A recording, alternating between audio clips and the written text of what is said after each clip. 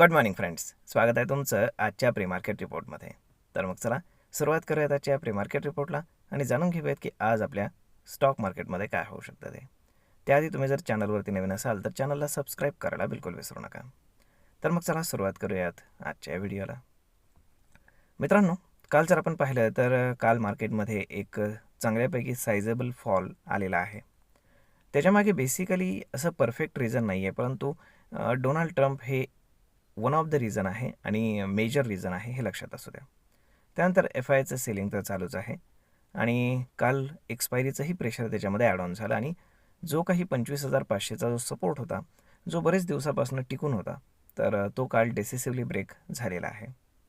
त्यामुळे आता सपोर्ट येतो 25,000च्या आसपास, म्हणजेच साधारण 24,900च्या आसपास येतो, परंतु 25,000 आपण पकडू शकतो राऊंड फिगर. त्यानंतर हायर साईडला रेझिस्टन्स जिथनं मार्केटनं ब्रेक केलं 25,500, तर तो आता झालेला आहे रेझिस्टन्स. ओके. तर आता काल रात्री जर आपण US मार्केट जर पाहिलं तर US मार्केटमध्ये फॉल तर होणारच होता आणि तो काल झालेला आहे, परंतु तिथे मार्केट प्रचंड वोलाटाईल होतं, हे लक्षात ठेवा. ऑलमोस्ट 2% खाली येऊन तिथे मार्केट पुन्हा 1% रिकवर होऊन पुन्हा 1% खाली आलेला आहे. एक सायझेबल फॉल आपल्याला US मार्केटमध्ये देखील पाहायला मिळाला. जर आता आपण USचे फ्युचर्स पाहिले तर ते थोडेसे ग्रीनमध्ये मात्र ट्रेड करताना आपल्याला दिसत आहेत. परंतु ट्रम्प आहेत ते कधी काय स्टेटमेंट करतील काही सांगता येत नाही. काल त्यांनी जे काही जर्मनीचे पंतप्रधान आहेत मायक्रॉन, तर यांच्यासोबत झालेलं पर्सनल चॅट त्यांनी पब्लिक केलं. मग तुम्ही विचार करा की त्यांच्याशी कोणी काय बोलू शकतं, काय कॉन्फिडेन्शियल राहू शकतं, काही सांगता येत नाही. त्यामुळे बरेच लोक चिडलेले आहेत आणि युरोपियन युनियनसुद्धा त्यांच्यावरती आता अमेरिकेवरती जे काही टॅरिफ्स आहेत तर ते इम्पोज करण्याचं आता त्यांचं काम चालू आहे. परंतु G7ची मीटिंग आहे, तर मे बी ह्या आठवड्याच्या एंडला, मे बी विकेंडच्या आसपास ते जर इम्पोज करायचं असतील तर करू शकतात.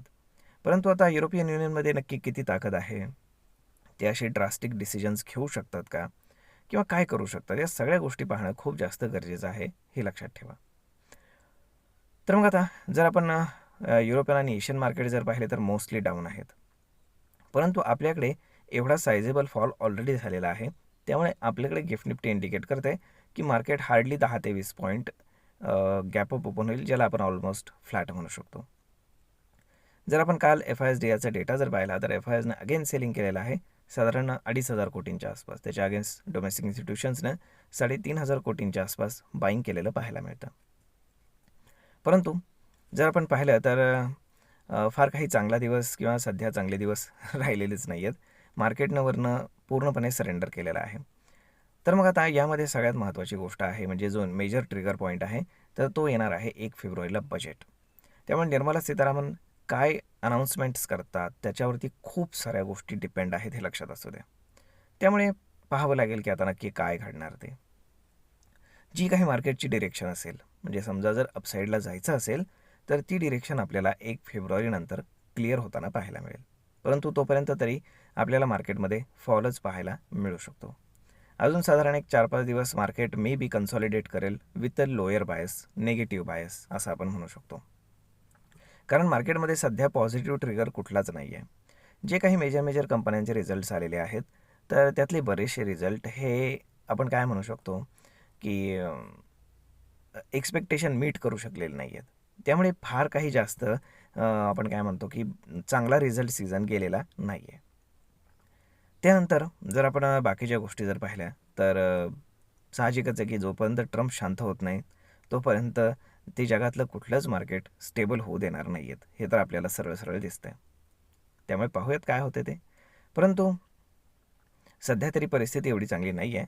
जर तुमच्याकडे काही इन्व्हेस्टमेंट करण्यासाठी पैसे असतील तर तुम्ही ते काढून ठेवा आणि जेव्हा तुम्हाला मार्केटमध्ये एक नवीन सपोर्ट ब्रेक होऊन त्याच्या खाली जेव्हा मार्केट सस्टेन करेल तर अशा प्रत्येक ठिकाणी तुम्ही थोडं इन्व्हेस्ट करू शकता, ज्यातनं तुम्हाला एक चांगल्या भविष्यामध्ये एक पोर्टफोलिओ तयार करण्याची संधी मिळेल. तर मग पाहूयात की आज दिवसभरामध्ये काय होतं आहे. कारण बजेटपर्यंत तरी मार्केट मे बी असंच डाऊन राहणार आहे, परंतु बजेटनंतर ठरेल किंवा इव्हन बजेटमध्येच ठरेल की नक्की काय होऊ शकतं ते. तर होप सो पाहूयात काय होतं ते. तोपर्यंत तुम्हाला आजचा हा व्हिडिओ, ही माहिती कशी वाटली हे तुम्ही आम्हाला कमेंट करून नक्कीच सांगा. आणि जर आवडली असेल तर आपल्या जवळच्या मित्रमंडळींसोबत देखील हा व्हिडिओ तुम्ही शेअर करायला विसरू नका. धन्यवाद.